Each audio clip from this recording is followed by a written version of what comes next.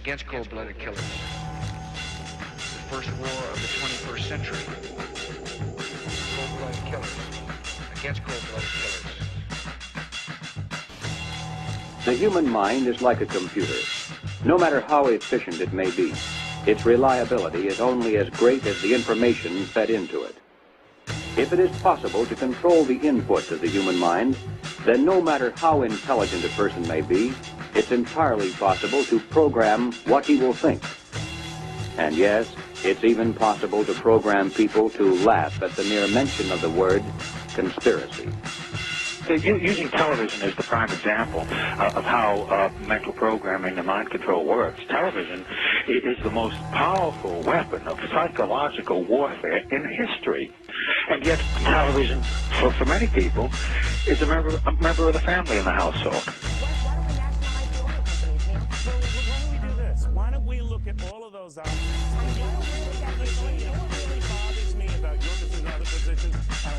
There's a movie called Loose Change that asserts hundreds, if not thousands, of Americans colluded to kill their fellow citizens on 9/11. That Al-Qaeda didn't attack us. We essentially attacked ourselves. This fairy tale ranks up there with the Holocaust deniers on the vicious scale. We are living in a virtual reality. We're living in a totally controlled environment, an environment that is been created by mass media. Now, many people, especially young people, accept unquestioningly the reality that is presented by the media. Popular culture, movies, television, music, carry messages about how society works and how people should behave.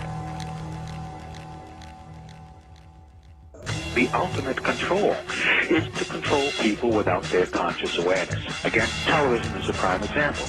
Think back to whenever you have observed young children or older adults sitting, watching television.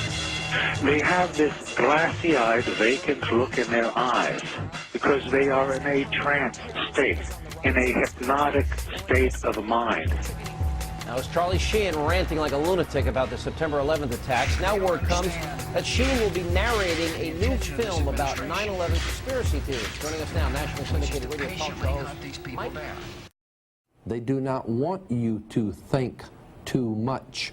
That is why our country and our world has become so proliferated with entertainments, mass media, television shows, amusement parks, drugs, alcohol, and every kind of entertainment to keep the human mind entertained so that you don't get in the way of important people by doing too much thinking. You had better wake up and understand that there are people who are guiding your life and you don't even know it. So there, we have figured it out. Go back to bed, America. Your government has figured out how it all transpired. Go back to bed, America. Your government is in control again. Here's American gladiators. Watch this. Shut up. Go back to bed, America. Here's American gladiators. Here is 56 channels of it. Watch these pituitary retards bang their fucking skulls together and congratulate you on living in the land of freedom. Here you go, America. You are free to do as we tell you. You are free to do as we tell you. Oh, good. Honey, I heard on the news that they figured out that the gun, what happened is that there is an echo and that Kennedy was asking Jackie what it was, and that's why his head flew up. Honey, what time's Gladiators on? Are we missing it? Woo, I'm so glad we're free, honey.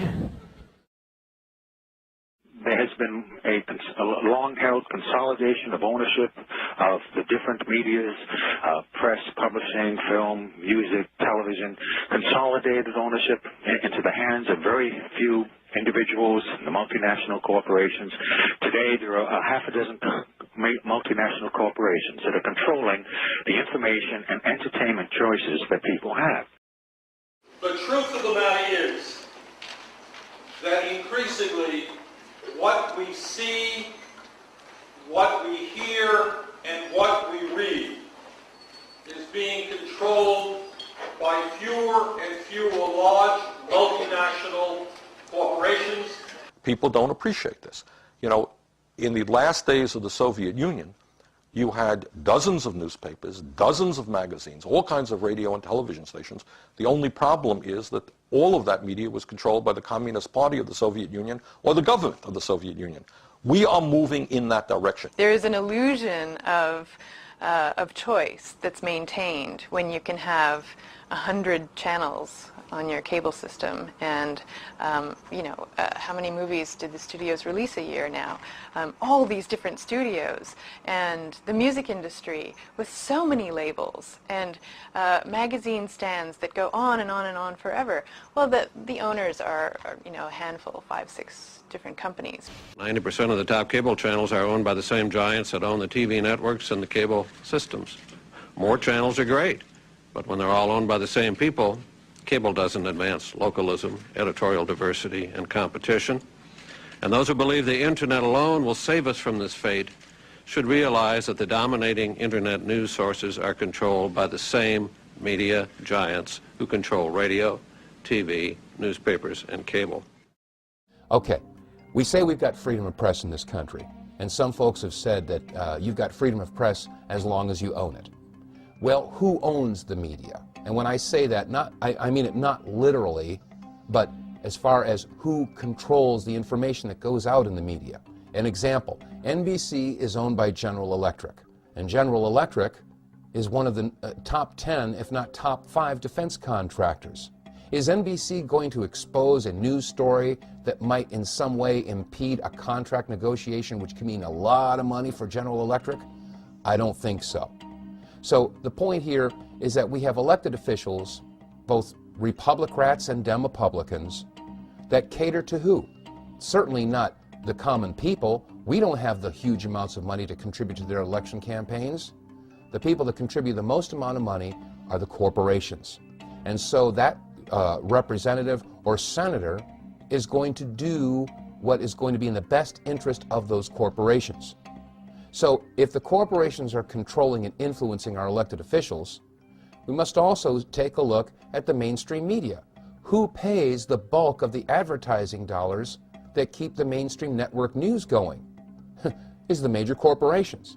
So what we have now is we have corporate control of elected officials, corporate control of the media, and this is why some people are now calling it the corporate Borg, because they have assimilated several different areas of our entire society. The corporations control agriculture, technology, manufacturing, industry, education, communication. They control our elected officials.